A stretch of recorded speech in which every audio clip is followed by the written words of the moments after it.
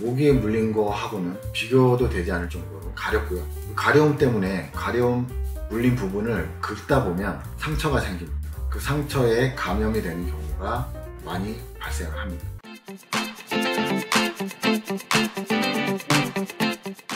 안녕하세요. 대한민국 최고의 해충헌터 모스헌터 2대1 프로입니다.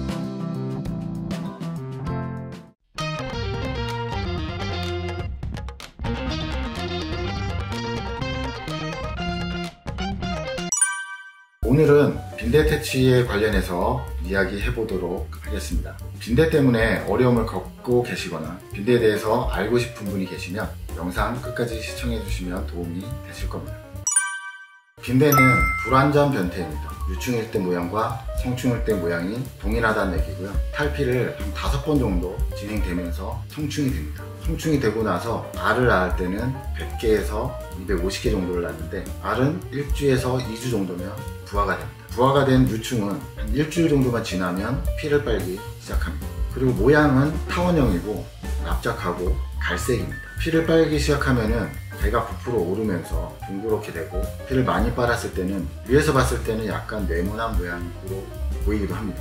사람이 활동하지 않는 야간에 빈대는 활동하기 시작합니다. 사람이 누워있을 때, 잠이 들었을 때 그때 빈대는 사람의 이산화탄소를 감지하고 사람에게 접근해서 혈관을 찾는데 혈관을 바로 찾지 못합니다. 모기는 온도 수용체라고 있어서 혈관이 일반 피부보다 혈관이 있는 곳이 더 따뜻하다는 걸 감지를 하고 가서 피를 빠는데 빈대는 그런 능력이 없어요. 그래서 여러 군데를 물어뜯다가 혈관을 찾아내면 피를 빨기 시작합니다. 그런 습성 때문에 물린 자국이 나란히 나거나 한 곳에 둥그렇게 나거나 이렇게 좀 모여있는 편입니다. 빈대가 사람을 흡혈할 때 빈대 침에 포함되어 있는 단백질이 사람이 빈대가 물어뜯는 것을 느끼지 못하도록 마취를 하고 그리고 혈액이 원활하게 이렇게 주둥이로 들어올 수 있게 혈액에 굳지 않는 응고를 방해하는 그런 성분이 침에 포함되어 있습니다. 다음날 아침이 되어서야 가려움이나 아니면 물린 자국을 확인할 수 있고요. 빈대가 아무것도 먹지 못해도 1년 정도 생존할 수 있다고 합니다.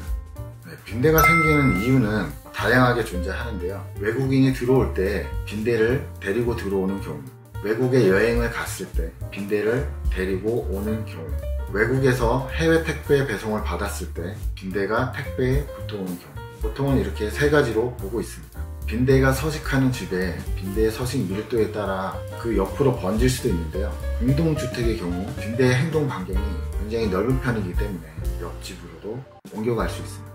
빈대가 전염병을 매개하진 않습니다. 하지만 빈대에 물린다면 모기에 물린 거 하고는 비교도 되지 않을 정도로 가렵고요.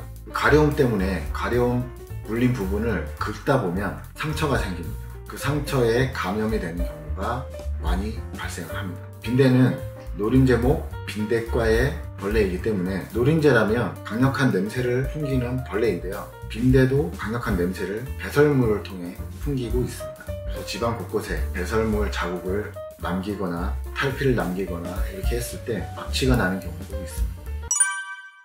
빈대가 생긴 걸 알았다면 이미 빈대에 물린 후일 겁니다. 그래서 빈대에 물려서 빈대가 의심된다면 가장 먼저 살펴보아야 될 곳은 침대 하단부와 침대 매트리스, 봉제선, 침대 매트리스, 봉제선을 따라서 보시고 침대 다리, 그리고 벗겨져 있는 벽지, 벌어져 있는 벽 틈새, 그렇게 빈대가 있는지 확인해 보면 되는데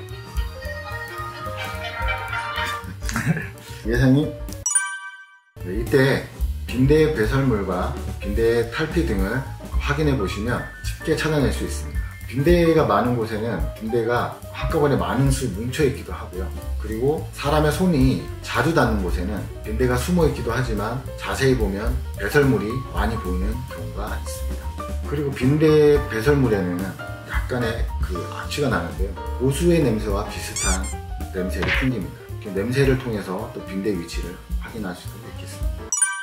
빈대가 생겼다면 작업이 굉장히 힘들어지는데요. 이사하는 것과 같은 정도의 작업을 해야 됩니다. 모든 물건들을 벽과 60cm 이상 사람이 왔다 갔다 할 수 있을 정도의 간격을 띄워놔야 되고요. 그리고 빈대의 흔적이 발견된 전자제품이나 천제품, 옷가지 등 침대도 마찬가지고 흔적이 발견됐다면 전부 다 바깥으로 빼내고 격리를 시키는 게 좋습니다. 작은 물건이라면 욕조와 화장실에 이렇게 따로 격리를 시켜도 괜찮고요. 큰 물건들은 바깥으로 빼낸 다음에 외부에서 살충 작업을 하시는 게 좋습니다. 그리고 웬만하면 빈대가 생긴 제품들은 그냥 버리시는 게 좋아요. 침대에 만약에 빈대가 생겼다 그러면 침대에는 저희가 알게 모르게 틈새도 많고 또 빈대가 침대 스프링 같은 곳에 파고들어서 알을 낳기 때문에 발견이 잘 안 되는 경우가 있습니다. 그냥 버리시는 게 최선입니다. 그리고 그렇게 물건들을 다 벽에서 띄워놓고 모든 틈새를 다 확인하는 작업을 해야 되고요. 그래서 모든 틈새에 빈대가 있는지 없는지 확인했을 때 빈대가 있는 구역과 없는 구역에 정확하게 나눠 놓으시고 있는 구역은 완벽하게 퇴치를 해 주셔야 됩니다. 가구나 전자제품 등을 60cm 정도 띄워 놓으셨다면 그 간격을 드나들면서 모든 틈에 있는 빈대를 다 찾아내야 됩니다. 빈대를 찾아냈다면 그 틈새에다가 약재 분무를 해주셔야 되는데 최대한 강력하게 해주시는 게 좋고요. 여기서 이제 추천하는 약재는 보통 저희가 쓰는 그 유제, 살충 잔유 분무제가 있는데 그 유제의 원액을 바퀴벌레는 80배의 희석 배율로 희석을 해서 쓰는데 그거보다 조금 더 강력하게 쓰는 걸 추천해 드리고요. 50배 정도로 희석한다고 생각하시면 좋을 것 같습니다. 그렇게 강력하게 희석한 약재를 최대한 흥건히 많이 뿌려 주셔야 되고요. 이 작업을 2주 간격으로 3회 이상 해줘야 됩니다. 살충제를 사용할 수 없는 곳이 있다면 스팀도 많이 사용합니다. 보통 스팀 청소기 노즐, 일자 노즐을 사용해서 침대의 이 라운딩된 부분에 봉제 선을 따라서 이렇게 뒤집어 가면서 스팀을 뿜어주시면 알까지 모두 익어버리는 그런 효과가 있고요. 굉장히 그 효과적인 방법으로 스팀을 뽑고 있습니다. 네, 보통 이제 업체에서는 ULV를 많이 사용합니다. 저희 이제 코로나 때 코로나 소독하던 그 기구인데요. 초밀입자 분사기. ULV를 사용해서 작업을 해야만 한다면 그냥 버리는 게 더 좋다고 생각합니다. 굉장히 깊숙이 파고 들었다라고 판단을 해서 쓰는 건데 그 정도라면 완벽하게 퇴치가 어려울 정도가 되는 것입니다. 모든 벌레들은 틈새에서 생긴다.